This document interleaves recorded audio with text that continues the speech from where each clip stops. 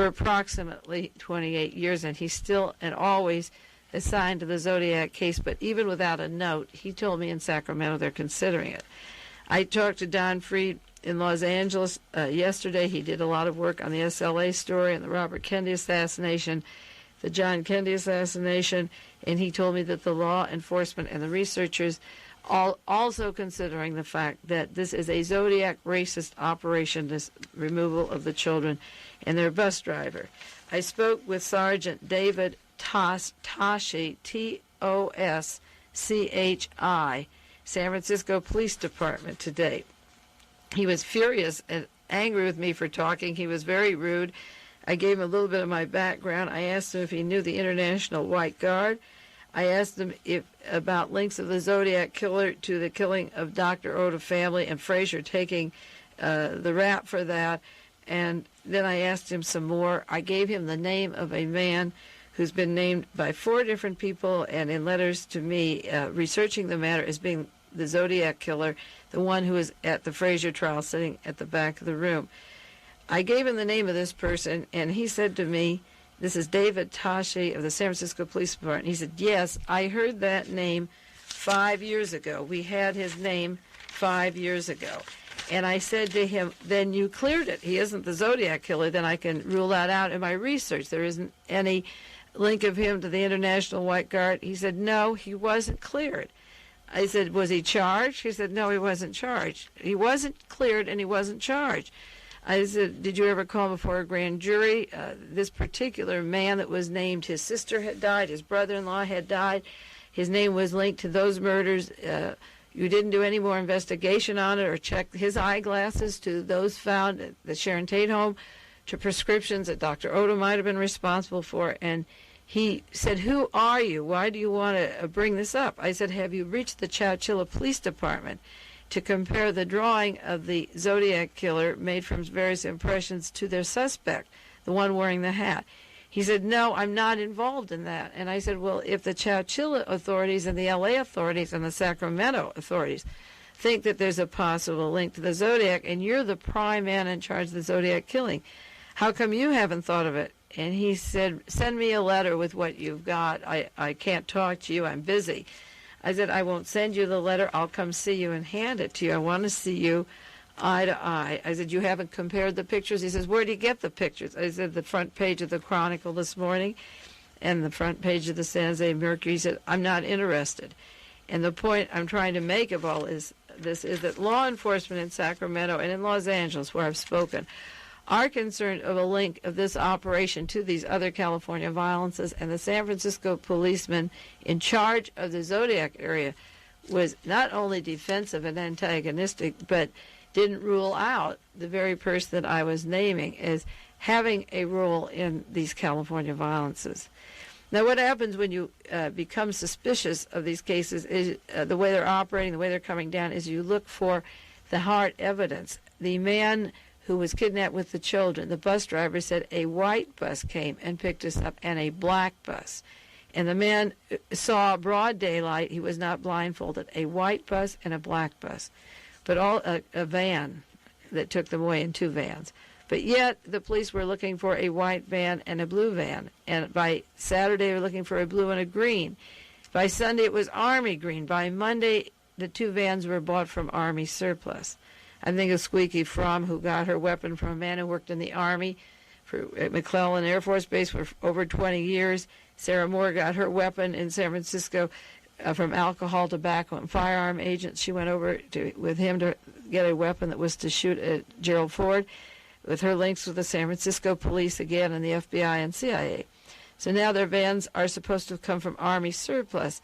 Is the confusion in color to help make a getaway? Because when you've done research into the John Kennedy assassination, you know the confusion, the identifying of Oswald without any reason to believe Oswald would have a description known to the police department as soon as Kennedy was killed, or the diversion of getting people towards Lee Harvey Oswald and away from the killers who left town, or the Hibernia bank robbery in San Francisco that the SLA did, where we were told 2 green cars took them away, and yet the cars located just a few blocks from the FBI weren't found for several days, and they were found by local people and not by the FBI.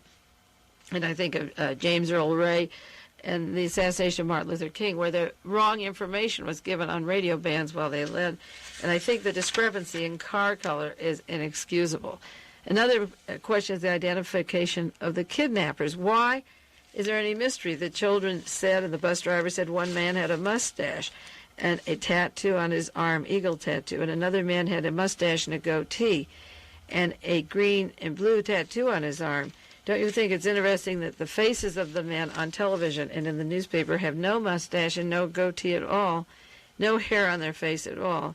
So what you have is a composite drawing, but it doesn't explain why they've left the hair off.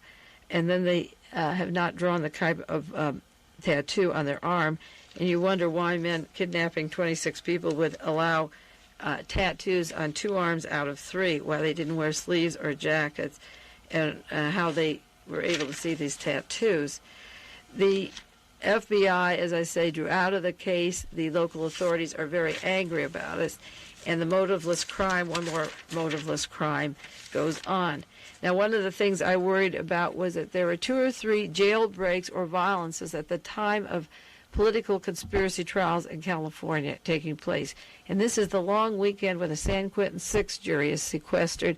They've been hearing this case for a year and a half. This was a criminal conspiracy set up to kill George Jackson and to frame some political activists in San Quentin.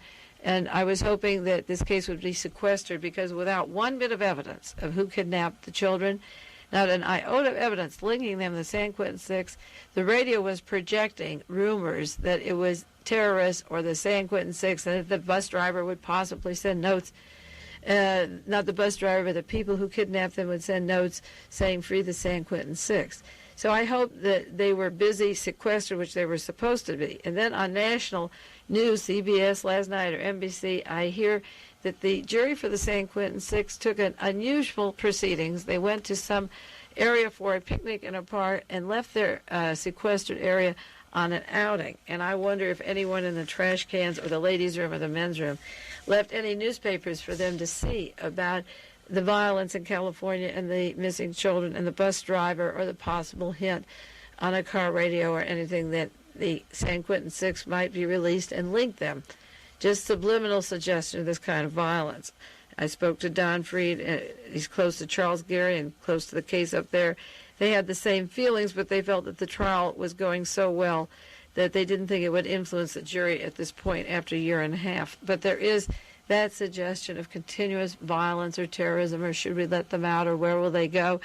And it is interesting that the weekend that they're deliberating, the news media is using the name of the trial, and yet without any evidence at all to link them to those 6 men who've been locked up for 5 years already and should have been out a long time ago. Another thing I know is that in this terrible time of elections up till November, we will have lots of violences. And there was this phone call to Mayor Jim Dumas in Chowchilla, California, saying, the children have been found, but it's not over. There will be others. It was a female voice, and they hung up. There was a anonymous phone call, such as the kind at Dealey Plaza when John Kennedy was killed. It was a tip-off. Go to Klein's, Chicago. A rifle was purchased by Lee Harvey Oswald, and they hung up. The calls from South Carolina. The FBI didn't find the weapon. The anonymous call did. In this case, an anonymous telephone call came into the authorities. Livermore can be famous if the cops would go to a certain area. The site of the rock quarry was named where the victims were hidden. This is, quotes, a call. So you have your U-2 planes, your flight patrols, your command centers, your National Guard, your local state police, the FBI, the tip-off, and meanwhile, somebody, as part of the operation, wants us to know it's going to last a long time, but the tip-off told them to go to the site of a rock quarry where the victims were hiding and it didn't come from the use of any great military hardware that was called in at the time. Now, there was the see no evil, hear no evil syndrome, which takes place in these assassinations. I remember at the time that the Manson family was at Sharon Tate's home. There was a young person living on the grounds, housekeeper, who was arrested and then released, who didn't hear the shooting of a guest in front of the house. He didn't hear the screaming as 5-6 people were split apart. The Weimaraner dogs didn't bark. Nothing happened. He just slept. And it's that same kind of scene at Rock Quarry. When the bus driver and the students climbed out and began to get themselves out, they went just 200 feet away to a gentleman working at the rock quarry and said, call the sheriff, and he called the sheriff, and he was called a maintenance man. A maintenance man pulled a gun at the Ambassador Hotel when Robert Kennedy was shot, worked at Lockheed. What is a maintenance man? This was a maintenance man at the quarry, and he called the sheriff. There was an article in the San Francisco Chronicle today. It said, one of the pressing and unexplained mysteries of the case was how the kidnappers managed to prepare the dungeon for their young victims without having been spotted either by residents of the nearby housing development or employees of the California Rock Gravel Company. The site itself lies 100 yards from the quarry and has not been used for more than 2 years, but a resident of the housing development said the main quarry road is very popular. It leads to widely used swimming holes. And they wondered how in the world these children were taken from Chowchilla to this quarry, and there was a man in attendance 200 yards away, a maintenance man. They saw him. They said, call the sheriff. He had the facilities nearby in case anything unusual was taking place at the property. And yet a big van could be put there with air vents. These men could come working, obviously, on this and covering it up, drive it into a big hole. It seems to me that the guards at that rock quarry would know that a hole that big or that type was vacant one day, if it's 200 yards away or nearby, and then covered the next day, and see people driving on and off. If he was just there, according to the paper, he was there in case anything unusual took place on the property, and something very unusual was taking place. But like the person living on the property next to Sharon Tate, I call it the see no evil, hear no evil syndrome. Another problem here we have is that the courts are trying to decide whether to get tough on the death penalty law. Canada just outlawed all death penalty. The United States is giving options to the various states and getting towards harder on death penalty. I turned on the TV this morning, Good Morning America, and there's a congressman saying, death to hijackers, death to kidnappers. I'm not sure that the right thing isn't to kill people who terrorize and take lives. I'm against the death penalty, actually, because I feel the patsies take the break, and the people that plan the operations go on and plan further operations so that these people get involved in things for patriotic reasons or otherwise and don't really know what they're doing. And when you kill them, then you break the chain of command, just like if you take out the brains out of Mr. Kemper and don't know who he was working for. But the point is that while death penalty is a heated argument, this serves a purpose by bringing in the issue of death penalty into the news. When the Republicans need an election campaign, it serves their purposes to talk about violence and terrorism. When busing is an issue and the Republicans will be charged with racism, you can get guards at school buses and stop the busing without being noticeable. And you get seeds of mistrust like Nazi Germany. You get the military police are called in your command centers, and the people are now saying in the news and on television, we were a happy town. We never locked our door. We never locked the car. Now, in quotes, no one is going to trust anybody, end quotes. Quote, we used to keep our doors unlocked. Now it scares you. You're going to lock them, end quotes. And then you see a picture, God Loves America, and it competes with the religion of Jimmy Carter. And meanwhile, the people that saved the children were those that had the vision to pile up the mattresses and find a stick and dig their way out. We don't stop TV violence. We condone it, and we don't stop the killing by stopping the people from showing killing on our screen. And death penalty isn't going to be the answer unless we stop the teaching by turning the knob every single station. You get killings of some form or another.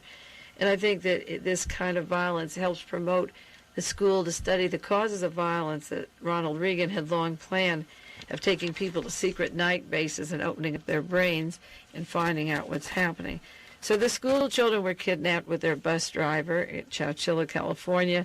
It's an election year, and it gives you law and order. It brings out the FBI and their command posts, the police on the streets, and I'm very suspicious of the whole operation. It will take a lot of following and a lot of work to see where it leads, but I'm pretty sure it's going to tie back to what I call the California syndrome, otherwise translated as Watergate West. We'll do some more next week, hopefully on Jimmy Carter. Take care of yourselves, and I'll see you next Monday.